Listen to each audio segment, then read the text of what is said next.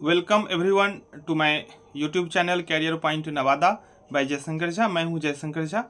आज आप सबके लिए मैं VVI क्वेश्चन सीरीज में यह तीसरा प्रश्न लेकर आया हूं। ठीक है, हम टोटल जो VVI क्वेश्चंस हो सकते हैं 10 वो मैंने ऑलरेडी अपलोड कर दिया है। मैं उम्मीद करता हूं आप लोग देख लिए होंगे।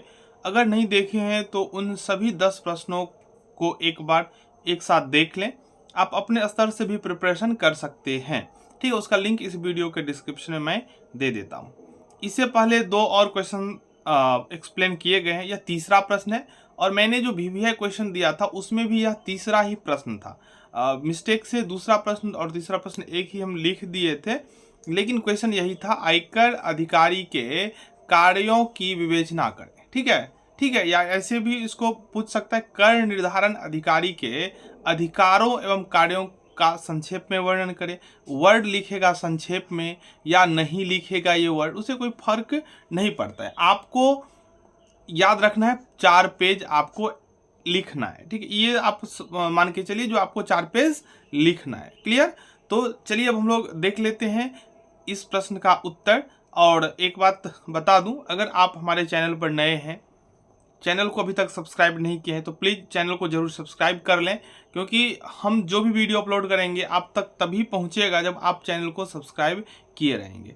ऐसा ना हो जो हम मेहनत कर रहे हैं, हम वीडियो अपलोड कर रहे हैं और आप तक नहीं पहुंचे। तो आप वीडियो को लाइक करें। अगर कोई कमी दिखता है या आपको कुछ लगे, आप ज़रूर कमेंट के थ्रू हमको बताइए।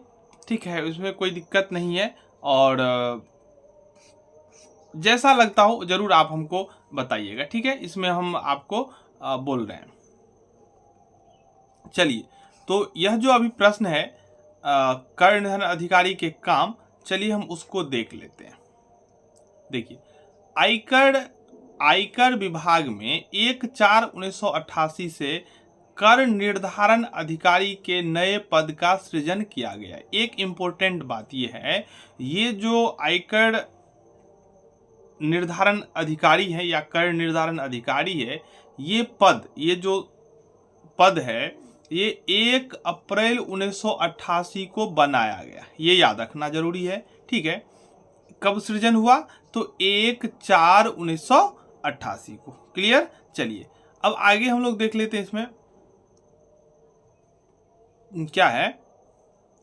कर निर्धारण अधिकारी से आशय सहायक आयुक्त या आयकर अधिकारी से है, जिसे निदेशक अथवा प्रत्यक्ष करों के केंद्रीय बोर्ड द्वारा आदेश अथवा निर्देश देकर किसी कर निर्धारण का कार्य सौंपा गया हो। इसमें वह उप आयुक्त भी शामिल है। ठीक है, जिसे कर निर्धारण अधिकारी के अधिकार एवं कार्य करने का निर्देश दे दिया गया है। संक्षेप में, आयकर अधिकारी सहायक आयुक्त अथवा उप आयुक्त है, जिसे कर निर्धारण का कार्य सौंपा जाता है। कर निर्धारण अधिकारी कहलाता है। देखिए, अब अगर इसको हम सिंपल टर्म में समझे तो आयकर अधिकारी, ठीक है ना, इनकम टैक्स ऑफिसर अगर हम इंग्लिश में बोलेंगे तो आयकर अधिकारी है, या आप बोल सकते हैं आयकर या कर निर्धारण का मतलब होता है ज्ञात करना। तो इन अधिकारी का काम है कोई भी जो व्यक्ति है या फर्म है या साझेदारी है या कंपनी है, वो कितना टैक्स पे करेगा। ठीक है ना, ये निर्धारण करना जिस व्यक्ति का काम है उसको हम लोग बोलते हैं कर निर्धारण अधिकारी, असेसिंग ऑफिसर। उम्मीद करते हैं आप ये समझ गए होंगे। ठीक है, अब हम लोग आगे बढ़ते हैं। सिंपल वे में अगर देख लें तो यही हुआ।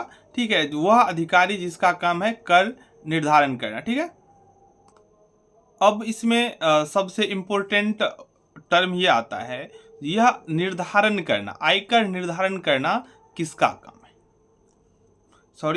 नियुक्ति करना। ये जो कर निर्धारण अधिकारी होते हैं उनका नियुक्ति कौन करता है? तो मेन जो इसका रोल होता है वो केंद्र सरकार। ठीक है, केंद्र सरकार द्वारा अधिकृत होने पर कर निर्धारण अधिकारी की नियुक्ति आयकर आयुक्त द्वारा भी की जा सकती है। ये वर्ड आपको समझ में आ गया होगा। ठीक है, इतना ही आप लिख दीजिएगा, ज़्यादा माथापच्ची करना इसमें नहीं है। ठीक है, आगे देखिए, इनका क्या काम है? तो काम में पहला काम है अपने क्षेत्र के करदाताओं का कर निर्धारण करना। अपने क्षेत्र के करदाताओं का मतलब हो गया वह व्यक्ति जो कर चुकाएगा। जो कर चुकाएगा उनको हम लोग बोलते हैं करदाता। ठीक है। दूसरा आता है इसमें अपने क्षेत्र के करदाताओं से कर वसूल करना। पहला हो गया कर निर्धारण करना, यानी कि राशि तय करना। फिर आता है उस राशि को वसूलना। फिर आता है करदाताओं से आय का विवरण या नक्शा मांगना। ठीक है, आय का विवरण मांगना, यानी कि आप कितना कमा रहे हैं ये विवरण लेना। फिर आता है करदाताओं से साक्षात्कार करना। फिर इसमें कर निर्धारण से संबंधित सूचना एकत्रित करना आदि, ये जो है कर निर्धारण अधिकारी का काम हो गया। ठीक है। अब हम लोग इसमें अधिकार की भी चर्चा हुआ है। तो अधिकार क्या क्या, देखिए अधिकार में क्या क्या, खोज, गवाहों की उपस्थिति आदि के संबंध में अधिकार। कर निर्धारण अधिकारी को किसी मामले की कार्यवाही के संबंध में सब अधिकार प्राप्त हैं जो सिविल प्रोसीड्यूर कोड 1908 के अधीन किसी न्यायालय को प्राप्त है। क्लियर। चलिए आगे है दूसरा, प्रवेश करने का अधिकार। कर निर्धारण अधिकारी को यह अधिकार है कि वह अपने क्षेत्र में किसी भी व्यापारी अथवा पेशे के स्थान पर प्रवेश पा सकता है। आप लोग सुनते होंगे छापा पड़ गया, ठीक है ना। अगर इनको लगेगा जो कुछ गलत हो रहा है तो ये वहाँ पर प्रवेश कर सकते हैं। ठीक है, कोई दिक्कत, इसको मतलब इसके पास वैलिड आइडेंटिटी कार्ड होना चाहिए, और आइडेंटिटी कार्ड होगा तो वो कहीं भी प्रवेश कर सकते हैं, कोई इसमें उनको रोकने वाला नहीं है। ठीक है। चलिए अब हम लोग आगे देख लेते हैं।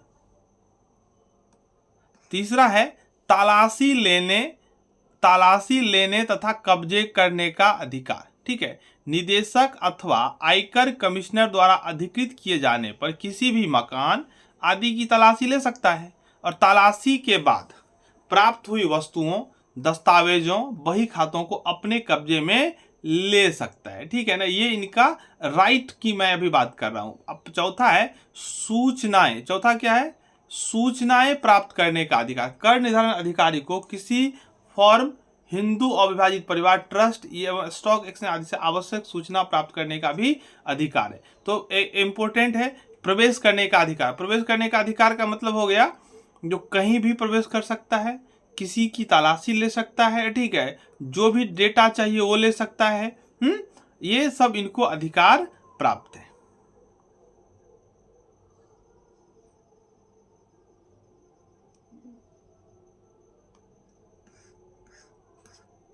चलिए आगे अधिकार में ये है, पांचवा अधिकार है बही खातों तथा प्रलेखों के निरीक्षण का अधिकार। निरीक्षण का मतलब हो गया ऑडिट। ठीक है ना, ऑडिट करने का इनको अधिकार है। गवाही या बयान मतलब जो व्यक्ति को पकड़ा है उनसे बयान ले सकता है, उस स्थिति के बारे में उनसे पूछताछ कर सकता है। अगला है खर्च का विवरण प्राप्त करने का अधिकार, पूछताछ के लिए नोटिस देना, ये सब इनके अधिकार क्षेत्र में आता है। ठीक है।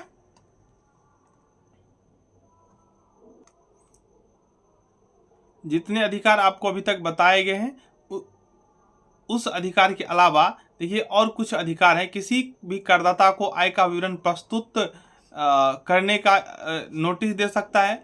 पुनः कर निर्धारण का अधिकार है। कर वापसी के लिए आदेश देने का अधिकार है। कर वापसी के समायोजन का अधिकार, ये सब इनके अधिकार क्षेत्र में आता है। ठीक है। चलिए अब हम लोग आगे बढ़ते हैं।